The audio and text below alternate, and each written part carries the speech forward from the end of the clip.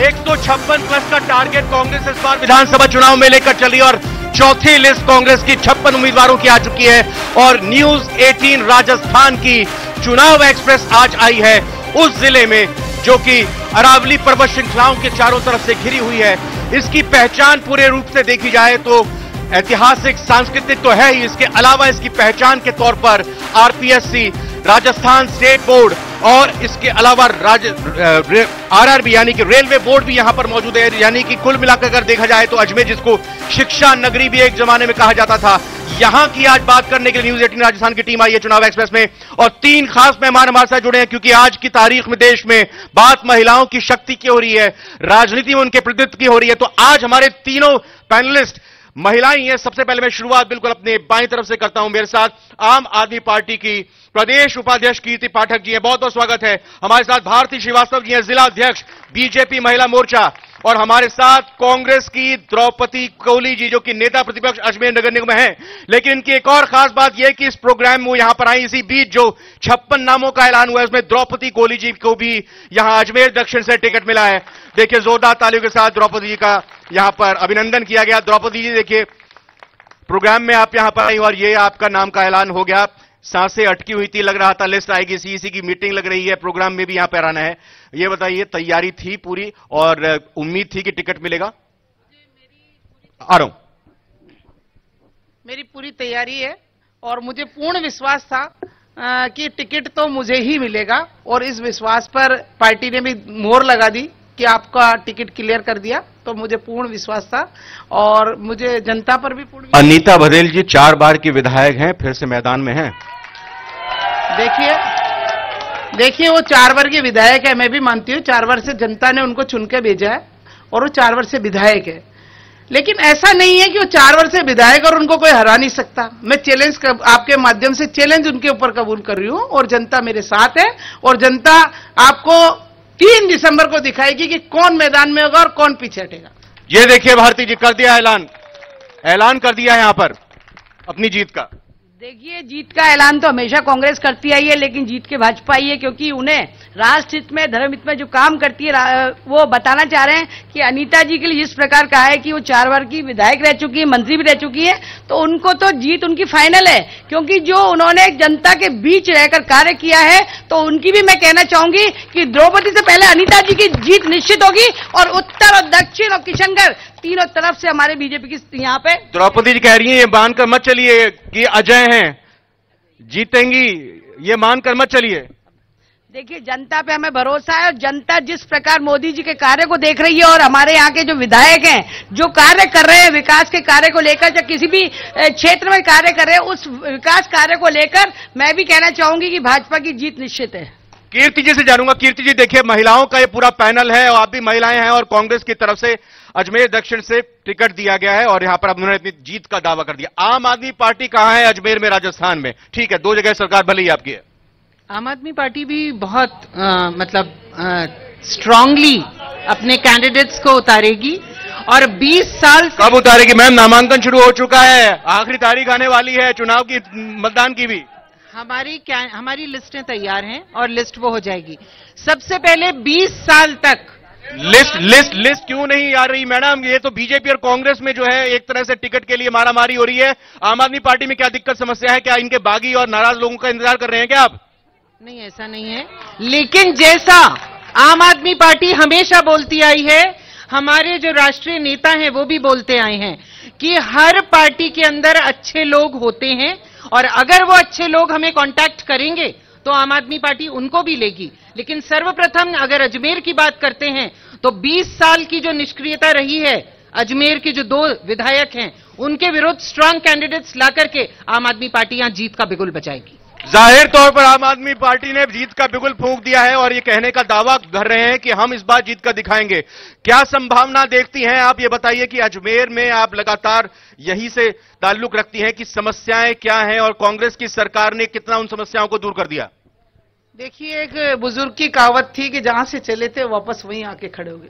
हमारे जो विधायक है उनकी यही स्थिति है। 20 साल पहले भी स्थिति अजमेर की वही थी और 20 साल बाद भी आज वही स्थिति है। 20 साल पहले भी पानी में डूब रहे थे लोग, आज 20 साल बाद भी पानी में डूब रहे। अभी आपने देखा होगा पानी जो बारिश आई उसमें लोगों के घरों में 3-3, 4-4 फीट पानी था। क्या कर रहे थे हमारे एमएलए? क्या विकास किया उन्होंने? एमएलए अगर बीजेपी के हैं तो सरकार तो कांग्रेस की है ना मैडम? देखिए, मान लिया मैंने सरकार कांग्रेस की है, आपकी बात बिल्कुल मान्य है कि सरकार कांग्रेस की है। देखिए, कांग्रेस की सरकार ने तो क्या नहीं किया।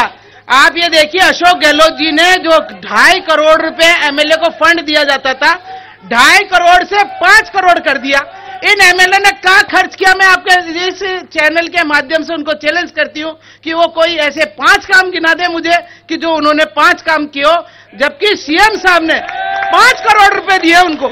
जनता के पास आऊंगा काम किसने क्या किया, लेकिन यहां पर बात अगर बारिश में, बरसात में डूबने की आती है तो यहां के लोगों का हलक प्यासा है। बीसलपुर बांध को छोड़ दिया गया बाकी 2 जिलों के लिए, क्यों मैडम?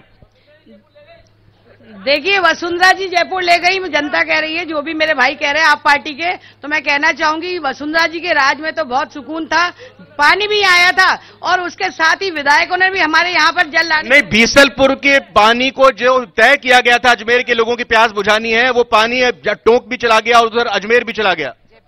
ऐसा जयपुर चला गया। देखिए, जयपुर चला गया, अजमेर के लिए पानी बीसलपुर का तैयार है और भारतीय जनता पार्टी के विधायक आते ही यहाँ पर पानी की पूर्ति पूरी करेंगे। मैडम, 8 सीटों में से 5 बीजेपी के विधायक हैं। 6ठे विधायक जो नाराज होकर चले गए थे वो भी आपकी पार्टी से ताल्लुक रखते थे। कितने विधायक चाहिए और आपको? देखिए, हमारे विधायकों ने पानी लाने में कोई कमी नहीं छोड़ी है। जिस प्रकार मैं कांग्रेस सरकार होने के बाद और उन्होंने जनता की परवाह नहीं करी और किसी प्रकार का पानी 5 साल में कांग्रेस सरकार भी नहीं दे पाई है। जब विधायक ने पूरी कोशिश करी लेकिन विधायक की किसी प्रकार से नहीं चलने से कांग्रेस सरकार ने अपनी अड़ी रखी और जनता का सुख, पानी का सुख नहीं देखा। कीर्ति जी, दिल्ली में आम आदमी पार्टी बिजली का बिल, पानी का बिल माफ करती है, लेकिन पहले पानी तो आए, बिल की तो बात की बात है। देखिए, बिजली पानी की बात करते हैं अगर, तो आम आदमी पार्टी तो अपनी गारंटी देके जा चुकी है। मैं अजमेर के परिप्रेक्ष्य में बात करती हूं, 20 साल से अजमेर प्यासा भी है और अजमेर जलमग्न भी हो जाता है। अजमेर प्यासा है क्योंकि वसुंधरा राजे ने जो अजमेर के लिए स्कीम बनी थी बीसलपुर बांध की, उसको वसुंधरा जी ने जब बोला तो अजमेर के जो 20 साल के विधायक हैं, वासुदेव देवनानी और अनीता बघेल, दोनों मुंह में दही जमा करके बैठे रहे। उन लोगों ने अपने वहां पर जाकर सदन में किसी भी प्रकार का अजमेर की पैरवी नहीं करी और अजमेर का पानी टोंक और अजमेर का पानी जयपुर चला गया। जनता जनार्दन मेरे साथ बैठी हुई है तो उनसे सवालों का सिलसिला भी शुरू करना चाहिए, क्योंकि जाहिर तौर पर अगर महिलाओं ने यहां पर हमारे प्रतिनिधि के तौर पर बात रखी है, मेहमानों के तौर पर सवालों का सिलसिला, सवाल सीधा पूछिएगा और संक्षेप में। निश्चित रूप से राजस्थान के कुशासन के अंदर इस महाभ्रष्ट सरकार ने जिस प्रकार से युवाओं पर अत्याचार किया है, अजमेर के अंदर आरपीएससी है, एक आरपीएससी का मेंबर आज जेल के अंदर है, दूसरा आरपीएससी के मेंबर के लिए गहलोत साहब कहते हैं कि हमारे जीवन की सबसे बड़ी गलती है। इनके इस महाभ्रष्ट सरकार के अंदर बोर्ड और आरपीएससी की हमारी छवि धूमिल करने का काम कांग्रेस के कुशासन में। सवाल क्या है? सवाल यही है कि कांग्रेस का क्या स्टैंड रहा इन महाभ्रष्टाचारियों के खिलाफ में? कोई स्टैंड नहीं। आरपीएससी के मामले में, पेपर लीक मामले में कांग्रेस का क्या स्टैंड रहा? आ रहा हूं, सबके पास आऊंगा, रुकिए। मेरा सवाल कीर्ति पाठक जी से है। जो केजरीवाल जी सबके जो पार्टी बनी थी ना, आम आदमी पार्टी, जब ले लेके घूम रहे थे कि सबके सबूत है, आज उनके साथ में खड़े हुए हैं उन और सारे जेल में है, आज वो कागज इन्हीं के काम आ रहे हैं क्या? पूछो। पहले तो मैं आपसे जानूंगा सवाल, मैम, ये जो आरपीएससी के पेपर लीक की बात हो रही है, युवाओं के भविष्य की बात हो रही है, तो द्रौपदी जी ये बताइए कि कांग्रेस की सरकार ने क्या कुछ किया? युवा जी, आ रहा हूं, बताइएगा, क्योंकि सीधा सवाल आप ही से है। मैं जवाब दूंगी। देखिए, आपने जो आरपीएससी का पेपर का मुद्दा उठाया है, अभी आप ये देखिए कि कांग्रेस सरकार ने तो जैसे ही पता लगा आरपीएससी में किसने धड़ल्ला किया, वो जेल में गया। वो किसका कारण था? कांग्रेस सरकार ने भेजा ना। मैडम, जब सड़क पे चलते हैं तो एक चीज लिखी होती है, दुर्घटना से देर भली, मतलब दुर्घटना घटी ही क्यों? देखिए, हर आदमी किसी के पेट में नहीं घुसा होता है, किसी ने क्या किया उससे कोई मतलब नहीं, लेकिन उसने अगर किया है तो उस कृत्य को उसको अपराध के रूप में उसको सजा मिले, ऐसा सरकार ने करा। लेकिन इनकी सरकार ने क्या करा? बेरोजगारों के साथ अत्याचार तो ये लोग कर रहे हैं, 15 लाख नौकरियां देंगे, 15 लाख रुपए देंगे, ऐसा क्या किया? कोरोना में क्या कर दिया? नौकरियों की बात हो रही है, बीजेपी की केंद्र सरकार ने क्या दिया, लेकिन कांग्रेस ये कहती है कि आपने ईडी जरूर यहां पर राजस्थान में दे दी है। देखिए ईडी ऐसे ही ईडी नहीं दी जाती है, जब तक कोई कर्म गलत नहीं होंगे तब तक ईडी किसी के घर नहीं आती है। मैं आपको कहना चाहूंगी गहलोत सरकार ने जो नौकरियों की बात करी थी और नौकरियों के बाद में जो कैंप लगाने की बात करी थी कि हम रोजगार देंगे, उस कैंप लगाकर किसी प्रकार का कोई युवा को रोजगार नहीं दिया गया और युवाओं के साथ में उनके जीवन से खिलवाड़ किया गया। कीर्ति जी, भ्रष्टाचार को मिटाने के नाम पर पार्टी आम आदमी पार्टी आई थी, आज तो आपके पार्टी के बड़े दिग्गज नेता जेल में हैं, जमानत के लिए घूम रहे हैं। षड्यंत्र है ये, क्योंकि सर्वोच्च न्यायालय तक ने ये चीज बोली है कि कोई भी सबूत नहीं है। जमानत फिर क्यों नहीं मिल रही है? बार बार दरवाजा खटखटा रहे हैं अदालत का। मुझे बताइए, ईडी आज तक मुकदमा पेश कर पाया? अगर मुकदमा ही पेश नहीं, कोर्ट ने फिर उनको रिहा क्यों नहीं किया? फिर जमानत क्यों नहीं मिल रही है? कोर्ट के पास जब कोर्ट का इन्होंने फैसला रिजर्व रखा, जब कोर्ट ने सारी इतने दिन बाद सुनवाई करी, फैसला रिजर्व रखा, इसका मतलब दाल में कुछ काला है। और नहीं, ये हुटिंग नहीं, देखिए हुटिंग नहीं। अजमेर में ये भी कहा गया कि अजमेर स्मार्ट सिटी बनेगी। भाई कितनी स्मार्ट सिटी बनी है? आ रहा हूं, कितनी स्मार्ट सिटी बनी है? जी मैडम। स्मार्ट सिटी के नाम पे दोनों ही पार्टियों ने ठगा है अभी तक। इन्होंने जो वो बनाया डूबत शहर, पूरा अन्ना सागर इन्होंने पाट दिया है। उसके अलावा स्मार्ट सिटी जो एलिवेटर रोड बनाया वो इतना छोटा बनाया कि एक गाड़ी निकलनी मुश्किल है। मैं दोनों से पूछती हूं कि अजमेर के विकास, दक्षिण में स्मार्ट सिटी के नाम पे कुछ काम नहीं हुआ और उत्तर में जो हुआ है वो सारा कागजों में उल्टा सीधा हुआ है। आप भी बताइए, अजमेर सिटी क्या स्मार्ट है? बैठ जाइए मैम, बैठ। बिल्कुल, अजमेर सिटी का इतना बुरा हाल कर दिया है। मैडम कह रही है कि बीजेपी कांग्रेस दोनों ही जिम्मेदार हैं, आप क्या मानते हैं? दोनों ही जिम्मेदार हैं। दोनों एक पैसा रिलीज कर रही थी, एक बनाने का दावा कर रही थी, दोनों ने कुछ भी नहीं किया, शहर का पूरा नाश कर दिया। दक्षिण के अंदर जाकर तो कोई तीसरी संभावना को तलाश रही है क्या अजमेर की जनता इस बार? बिल्कुल, इस बार तो 100% तलाश रही है। इस बार आम आदमी पार्टी के प्रत्याशी जब उतरेंगे तब हमारी सरकार, हमारे प्रत्याशी जीतेंगे भी। इनको सिर्फ क्या बोल रहे हैं? ये कितने वर्षों में बनेगा स्मार्ट सिटी? इस ओर गिरते हैं तो कुआं है, इस ओर गिरते हैं तो खाई है। स्मार्ट सिटी की बात हो रही है, मैडम आऊंगा आप, एक मिनट रुकिए, आ रहा हूं जरा। जो स्मार्ट सिटी की बात हो रही है, बड़ी स्मार्ट हमारे साथ यहां पर मेहमान है, दोनों पर ही आरोप लगे, बीजेपी और कांग्रेस दोनों पर ही। एलिवेटेड रोड बना दी गई इस नाम से कि जाम से मुक्ति मिलेगी, लेकिन ये तो मुसीबत और खड़ी कर दी इसने। ये कौन बीजेपी जिम्मेदार है इसके लिए? देखिए, इसके लिए जिम्मेदार हमारे दोनों एमएलए हैं, क्योंकि उनके समय मैं 2015 में जब पार्षद थी, स्मार्ट सिटी का प्रोजेक्ट आया था। मुझे पता, इन लोगों को तो नहीं पता, ये लोग नहीं जानते कि स्मार्ट सिटी का प्रोजेक्ट क्या था और कैसे आया, क्या नहीं था। चूंकि मैं उस समय 2015 में पार्षद थी। मैडम, दो विधायक, मैं फिर वही कहूंगा, दो विधायक के जिम्मेदार मान रही हैं आप कि अजमेर को स्मार्ट नहीं बना पाए, तो ये सरकार जो थी हमारी राजस्थान में, या सरकार चल रही है, वो क्यों नहीं स्मार्ट बना पाई? आपको ला रही हूं, 2015 में जब ये स्मार्ट सिटी का प्रोजेक्ट आया था, वो नगर निगम में ही आया था पहले कि डिस्कस करने के लिए। तब हमने उसमें ये कहा था कि इस चीज में कि स्मार्ट सिटी का जो सरकार पैसा देगी और उसमें नगर निगम अपना 10% पैसा देगी, तो क्यों ना नगर निगम के लोगों से भी प्रस्ताव लिए जाए। लेकिन जो आदत है ना इनकी कि अपनी मर्जी करनी, किसी से पूछना नहीं, इन्होंने जो अभी कर रहे ना वैसे ही उस समय भी पास करके और अपनी मर्जी के प्रोजेक्ट पास किए और उसी का नतीजा एलिवेटेड रोड है। ये स्मार्ट सिटी, दोनों आज एमएलए कहते हैं और आपको यकीन नहीं है, मैं प्रूफ के साथ कहती हूँ, आप दस्तावेज चेक करिए, दोनों एमएलए के सिग्नेचर है इसमें। मैडम, ये स्मार्ट सिटी नहीं बन पा रही है अजमेर, दोष आ रहा है आपके दो एमएलए पर जो बीजेपी से हैं, बताइए। अगर हमारे बीजेपी के 2 विधायक हैं, लेकिन इस समय सरकार तो कांग्रेस की है, तो कांग्रेस की सरकार में कहीं ना कहीं भ्रष्टाचार की बू आ ही रही है, जिनके हिसाब से प्रशासन पूरा चल रहा था और उन्होंने विधायकों की सुनी नहीं। उन्होंने अपने भ्रष्टाचार को लेकर कांग्रेस सरकार ने इस तरह के स्मार्ट सिटी को बनने में बहुत ज्यादा बाधा। स्मार्ट सिटी के नाम पर यह भी कहा गया कि यहाँ पर ये काम ऐसे शुरू किए गए ताकि भ्रष्टाचार खुलकर किया जा सके, क्या लगता है आपको? देखिए, स्मार्ट सिटी के नाम पर दोनों जो प्रशासन है और जो हमारे राजनीतिक वो हैं, जिसको कहते हैं रिप्रेजेंटेटिव्स, सबने जम के चांदी कूटी है। अजमेर का आना सागर सेंट्रल वो है, उसको पाट करके हमारे माननीय विधायक हैं नॉर्थ के, वो रोज वहां से निकलते थे। वो वहां जो अवैध कॉलोनीज थी, उन्होंने अपने समय में 20 साल में उनके ऊपर कोई कार्रवाई नहीं कराई। यहाँ पर बोर्ड भी बीजेपी का ही रहा है, पिछला बोर्ड भी और ये भी। अभी तक कोई कार्रवाई नहीं होती अवैध चीजों पर। अगर अवैध अतिक्रमण तो अजमेर को स्मार्ट सिटी बनाने के नाम पर यह कहा जा रहा है कि ठगा गया। यहां पर मानसून की जब बरसात होती है तो पानी जमा हो जाता है, सड़कों पर जब निकलते हैं तो यहां पर बड़े बड़े गड्ढे दिखाई देते हैं, पीने के पानी की समस्या है। मतलब बिजली, सड़क, पानी जो लगातार मुद्दे सालों से रहे हैं, उन्हीं के इर्द गिर्द अजमेर की सियासत यहां पर घूमती दिखाई दे रही है। जी, अजमेर से उत्तर में देवनानी जी होने के बावजूद आज तक पानी की समस्या दूर नहीं हुई। हमारी मूलभूत समस्या है जी, पानी से ऊपर।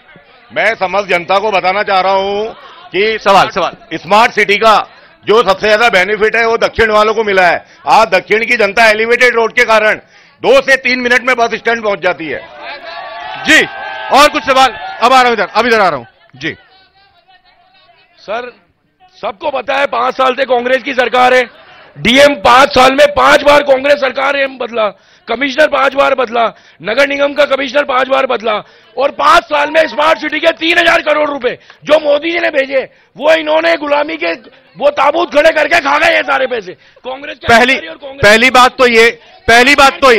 तो ये जो आप बोल रहे हैं कि मोदी जी ने भेजे पैसे, 60% केंद्र सरकार का हिस्सा होता है, 40% हिस्सा राज्य सरकार का होता है।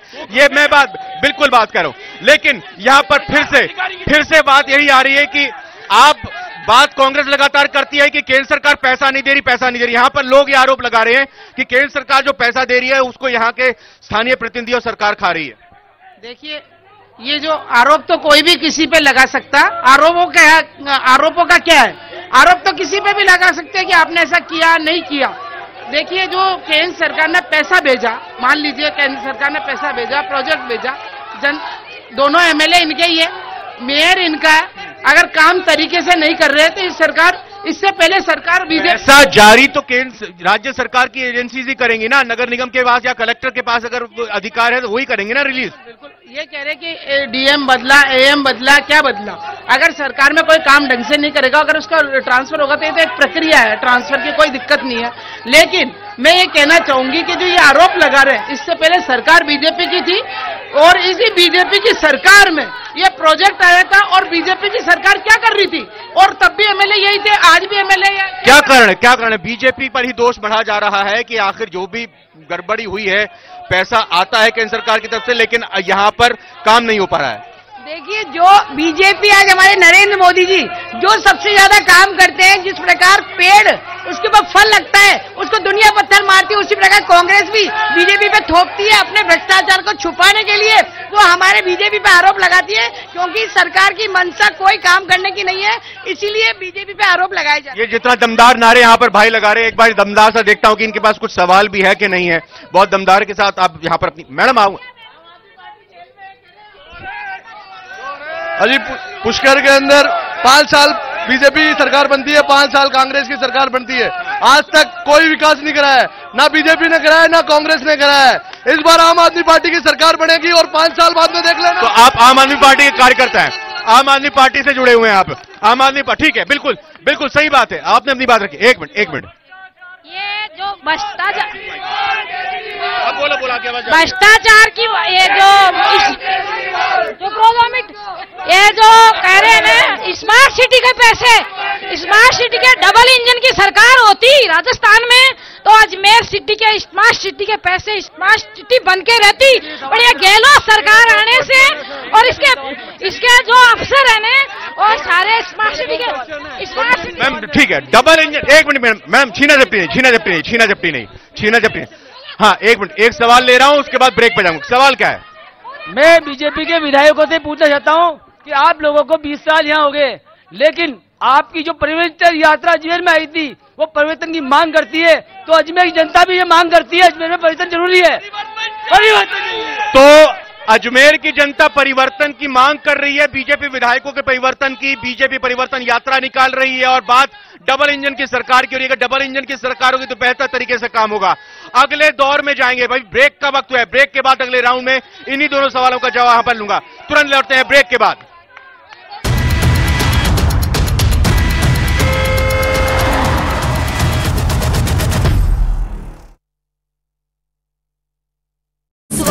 खिला है मकराना से जाकिर हुसैन गेसावत को टिकट दिया गया है, जैतारण से पूर्व मंत्री सुरेंद्र गोयल को भारतीय कांग्रेस पार्टी ने दाव खिलाया।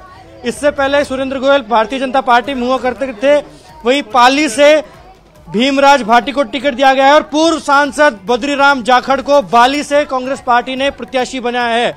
बाली में भारतीय जनता पार्टी के दिग्गज नेता पुष्पेंद्र सिंह राणावत वर्सेस बद्रीराम जाखड़, काफी रोचक मुकाबला होने वाला है। भोपालगढ़ जो कि एससी रिजर्व सीट है, वहां से गीता बारवर को टिकट दिया गया है। बिलाड़ा से मोहनलाल कटारिया को टिकट दिया गया है। शिव से अमीन खान को कंटिन्यू किया गया है।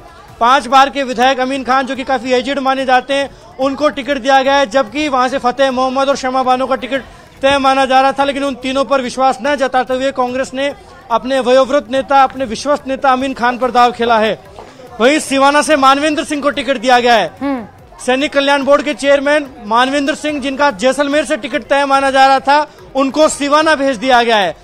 जैसलमेर से प्रचार भी शुरू कर दिया था, कैंपेन शुरू कर दिया था, लेकिन जब सूची आई तो 138 जो कॉन्स्टिट्यूंसी नंबर सिवाना है, वहां से मानवेंद्र सिंह को प्रत्याशी बनाया गया है। वहीं चौठन से पद्माराम मेघवाल पर दांव खेला है। जालोर से रमीला मेघवाल को प्रत्याशी बनाया गया है। भीनमाल से समरजीत सिंह को टिकट दिया गया है। पिछली बार चुनाव लड़े समरजीत सिंह को टिकट दिया। रफीक मंडेला को चुनावी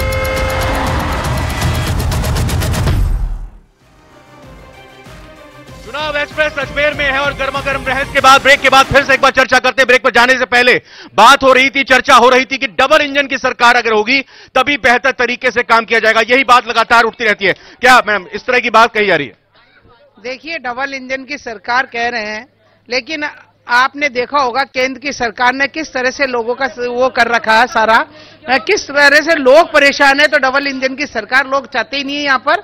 और आपने देखा होगा अशोक गहलोत जी ने जो कोरोना काल में जो व्यवस्था की, उसके लिए तो नरेंद्र मोदी जी ने भी ताली बजाई कि अशोक गहलोत जी का बहुत अच्छा मैनेजमेंट था। और अशोक गहलोत जी ने वो मैनेजमेंट किया जो पूरे हिंदुस्तान किया, पूरे विश्व में किसी ने नहीं किया। और महंगाई राहत कैंप जो पूरे विश्व में नहीं है। आप ये देखिए, चिरंजीवी योजना जो पूरे विश्व में नहीं है। आज अशोक गहलोत जी की कौन सी योजना ऐसी है जो जनता नहीं चाहती? भारती जी, क्या बात है, प्रधानमंत्री मोदी जी ने भी गहलोत जी की तारीफ की है और डबल इंजन की सरकार की जरूरत नहीं, सिंगल इंजन बढ़िया चलेगा। देखिए, डबल इंजन की सरकार जनता पुकार रही है। राष्ट्र तो देश इसमें बात करने वाली ऐसी नरेंद्र मोदी जी, जिन्होंने ये बात करती है कि इनके गहलोत जी, अशोक गहलोत जी कोरोना काल में सेवा कर रहे थे, कोरोना काल में होटलों में बैठे थे और नरेंद्र मोदी जी ने वैक्सीन लाकर और हमारे देश को खाद्य सामग्री पहुंचाई है, साथ ही अकाउंट में घर बैठे पैसा पहुंचाया है। और हमारे यहाँ के जो विधायक हैं, उन्होंने घर घर जाके, गली गली जाकर सेवाएं दी है, खाद्य सामग्री दी है। जनता के साथ जुड़े होने की बात आ रही है। आम आदमी पार्टी चुनाव लड़ने तो आगे, लेकिन आम आदमी पार्टी पिछले 5 सालों में अजमेर की जनता, राजस्थान के लोगों के साथ किसी जगह पर थी, कहीं खड़ी हुई थी। सबसे पहले डबल इंजन की जवाब नहीं, आम आदमी पार्टी का बताइए ना मैडम। आम आदमी पार्टी का ये बता रही हूँ। डबल इंजन की सरकार की बात करते हैं, 10 साल तक डबल इंजन की सरकार थी, ट्रिपल इंजन की सरकार थी। दूसरे कोविड मैनेजमेंट की बात हो रही है अगर, और अशोक गहलोत सरकार की बात हो रही है, तो अशोक गहलोत सरकार ने 2018 का जो अपना घोषणा पत्र था, जो उनकी प्रतिबद्धता थी, उसका एक बिंदु भी पूरा नहीं किया है। कीर्ति जी, ये बताइए ना कि आम आदमी पार्टी के कार्यकर्ता राजस्थान के लोगों के साथ कहां थे? अब चुनाव में आप जा रहे हैं तो बताएंगे, कहीं नहीं बताएंगे? जी, आम आदमी पार्टी के कार्यकर्ता कोविड सहायता के अंदर सबसे पहले आगे भाग रहे थे। जिस चीज की पीठ थपथपा रहे हैं अशोक गहलोत, कीर्ति पाठक खुद भी थी और कोविड आईसीयू के अंदर जाकर दिल्ली में जब कोरोना आया तो आम आदमी पार्टी की तरफ से क्या किया गया वो सब देख रहे हैं, वो बात कर रहे हैं। पीछे बैठिए, आ रहा हूं आराम से। हाँ, आपने कहा मैडम ने, आप आदमी पार्टी वाली ने, कि सवाल बताओ आप, यहाँ पे विश्लेषण मत करो आप। गहलोत मुख्यमंत्री बनने के बाद अपना घोषणा पत्र बाकायदे में अपना मैनिफेस्टो दिया है और उस मैनिफेस्टो के तहत सारे काम किए और बाकायदे पूरे गहलोत साहब ने सारे काम किए। बेरोजगारी भत्ता दिया क्या? किसानों का लोन माफ किया क्या? बिल्कुल, किसानों का 10 लाख किसानों का लोन माफ किया है। सवाल क्या है? मेरा सवाल यह है कि अजमेर में हम यहाँ हैं अभी चुनाव के लिए, उत्तर और दक्षिण की हम बात करें, राष्ट्रीय मुद्दों को अपन छोड़कर मेन बात है अजमेर के विकास की। अजमेर का सर्वांगीण विकास कैसे हो, अजमेर की जनता कैसे खुशहाल रहे, अजमेर की जनता परिवर्तन की बात कही जा रही है इस बार यहाँ पर। बिल्कुल सर, अभी जो विवाद चल रहा था स्मार्ट सिटी का, अभी गए महीने की बात है, अनीता पटेल जी खुद राजा साइकिल चौराहे पे बैठे थे कि रोड नालियों के खुद जब 20 साल उनके हाथ में है, उनका विधानसभा क्षेत्र, उनके रोड तक। बोले सर एक सेकंड सर, मैं जितनी भी मात्र शख्सियां हैं उनसे पूछना चाहता हूं, देश में महिला अत्याचार बढ़ रहा है। ब्रजभूषण, कुलदीप सेंगर, चिन्मयानंद स्वामी को अभी तक फांसी क्यों नहीं मिली?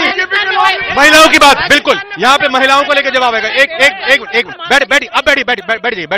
बैठ जाइए। हाँ बोलो। जैसे आप पूछे डबल इंजन की सरकार, वैसे ही कह रहा हूँ कि पिछले जो कार्यकाल था, जहाँ पे सवाल वहाँ पे बोल रहे थे, जो पिछले कार्यकाल था उसमें डबल इंजन थे, वो कोई काम नहीं करा। जी बिल्कुल, यानी सिंगल इंजन या डबल इंजन। मैंने बोलो क्या बात, क्या महिलाएं राजस्थान में, अजमेर में सुरक्षित हैं? महिलाओं को लेकर मेरा ये सवाल है आपसे कि हमारे जो हमारा राजस्थान है, जो हमारे संस्कृति के लिए, वीरांगनाओं के लिए पहचाना जाता था, आज उस राजस्थान को रेगिस्तान बना दिया। और जो इसके केसेस थे उनको ये 70 से बोलते कि गलत है। उसके बाद हमारे माननीय जो बोलते हैं कि मैं मुख्यमंत्री हूँ, उसने ये कमेंट किया था कि ये मर्दों का शहर है। क्या उसके घर के अंदर मर्द है? ये काम करते हैं क्या उसकी औरतों के साथ? क्यों करा उसने गंदा सवाल? ऐसे गंदे सवाल के लिए उसको मर जाना चाहिए था, लेकिन फिर भी नहीं किया उसने। माइक महिला कितनी सुरक्षित यहाँ पर महसूस करती है? ठीक है, आपका सवाल सबका हो गया ना, प्लीज आप बैठ जाइए। एक मिनट हो गई, पेपर लीक की बात अभी हुई, जवाब सुना। अजमेर में महिला बिल्कुल सुरक्षित नहीं है। यहाँ पर रोज के 17 केस होते हैं बलात्कार के। महिलाओं की असुरक्षा का जितना अजमेर का बेहाल है वो कहीं भी नहीं है राजस्थान के अंदर। महिलाएं बड़ी असुरक्षित। जी एक मिनट मैं कांग्रेस के वक्ता से पूछना चाहूंगा, वो कह रहे हैं हमने मैनिफेस्टो पे काम किया, क्या तुष्टिकरण उनके मैनिफेस्टो के तो अंदर था? 5 सालों के अंदर सर्वाधिक अगर कुछ हुआ तो तुष्टिकरण हुआ। अजमेर जैसे स्वार्थपूर्ण शहर के अंदर तुष्टिकरण के नारे लगे। जयपुर के अंदर इन्होंने भेदभाव किया, एक व्यक्ति की हत्या होती है तो 50 लाख के चेक देते। तुष्टिकरण, एक मिनट रुकिए ना भाई, अभी हुआ है ना। तुष्टिकरण एक बड़ा मुद्दा रहा है। तुष्टिकरण, आ रहा हूं, सबके पास आ रहा हूं। तुष्टिकरण भी इस बार चुनाव में बड़ा मुद्दा रहेगा क्या? देखिए ऐसा है, ये काम बीजेपी का काम है। हिंदू और मुसलमान जब जब चुनाव आते हैं, जब इनको हिंदुओं की याद आती है, जब चुनाव आते हैं, जब इन्हें चुनाव आने पे आपको सब याद आता है। देखिए आपस में नहीं, प्लीज बैठिए। आपका सवाल यहाँ पे जवाब, आपने सवाल किया, जवाब तो सुनिए भाई।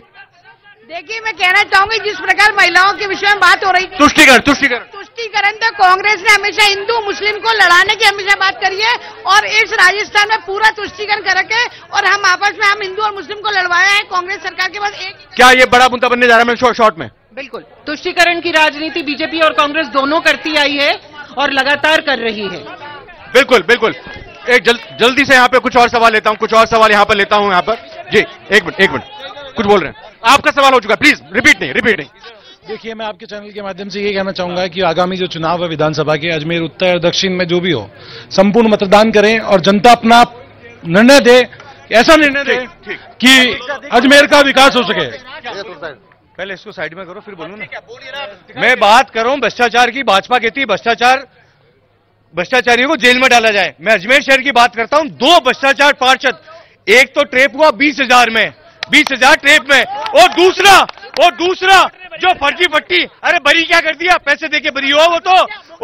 और बात कर रहे हैं पानी की, एक मिनट हुआ, बात पूरी सुनने दो, बात करने दो। बात कर रहे पानी की, तो भाजपा के कार्यकाल में पानी गया, और उत्तर विधानसभा में मंत्री था वासु देवनानी, न एक बार विधानसभा में आवाज उठाई और ना विपक्ष कांग्रेसी ने आवाज उठाई। इससे बड़ा दुर्भाग्यपूर्ण क्या है? और अब बराबर क्या आरोप है? बराबर क्या आरोप है? हाँ बोलिए। देखिए सर, ऐसा है, अजमेर से चिकित्सा मंत्री थे रघु शर्मा, और अजमेर में संभाग का सबसे बड़ा अस्पताल है जवाहरलाल नेहरू अस्पताल। अभी आप उसकी स्थिति देखोगे ना तो वहां पे रुई तक नहीं है, और इतना घुटनों तक पानी था जब अभी विपक्षों की। रघु शर्मा जी तब सब व्यवस्था होती थी। जो रघु शर्मा जी मंत्री है, उन्होंने कुछ भी नहीं किया अजमेर के लिए, जबकि कांग्रेस सरकार से मंत्री था चिकित्सा मंत्री, और उन्होंने कुछ भी नहीं किया। एक मिनट एक क्वेश्चन है कि कांग्रेस सरकार से कि लाल डायरी का राज बताइए आप। लाल डायरी, एक मिनट आप बैठिए ना भाई, हो गया।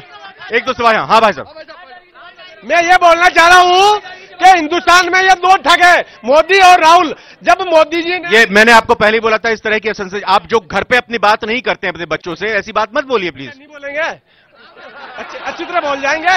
ये आपस में राहुल गांधी जी ने राहुल गांधी जी को सदस्यता खत्म करी थी। मैं आपसे पूछना चाहता हूँ, एक मिनट, मैं आपसे पूछना चाहता हूँ, मैं जी टीवी से पूछना चाहता हूँ। अरे बोलिए ना भाई। राहुल गांधी जी ने सदस्यता खत्म करी थी। ठीक है, मैं कांग्रेस सरकार से पूछना चाहता हूँ, पीछे रही बात, पीछे रही आप। मैं कांग्रेस सरकार से पूछना चाहता हूँ, ये किस उम्मीद को लेके वापिस आना चाहते हैं? 4.5 साल इन्होंने होटलों में गुजार दिए, युवाओं के साथ इन्होंने धोखा किया। बिल्कुल बिल्कुल, युवाओं पे आ रहा हूँ, एक मिनट, लास्ट।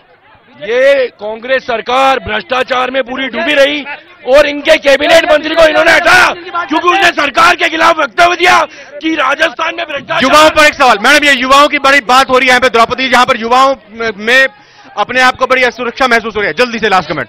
देखिए, ये जो कह रहे ना कि बीजेपी की सरकार और भ्रष्टाचार कांग्रेस की सरकार कर रही है, आपको इनसे पूछो, बीजेपी वाले तो एमएलए को खरीदते हैं और बीजेपी वाले खरीद फरोख्त का काम करते हैं। तो मैडम एक बात भी बड़ी प्रचलित है, जो बिकता है उसी को खरीदार खरीदने के लिए आ जाता है, ये भी बात है। एक आखिरी, आपने कह दिया कि मैं जीतने जा रही हूँ, कितनी वोटों से जीतने जा रही हैं आप? देखिए, ये तो जनता का जब आशीर्वाद होगा और ये हम 3 दिसंबर को बताएंगे कि हम कितने वोटों से। बीजेपी भी क्या इस बार अजमेर और राजस्थान दोनों जीतने जा रही है? पूरे राजस्थान में बीजेपी की सरकार बनेगी, बिल्कुल पूरे निश्चित रूप से बनेगी।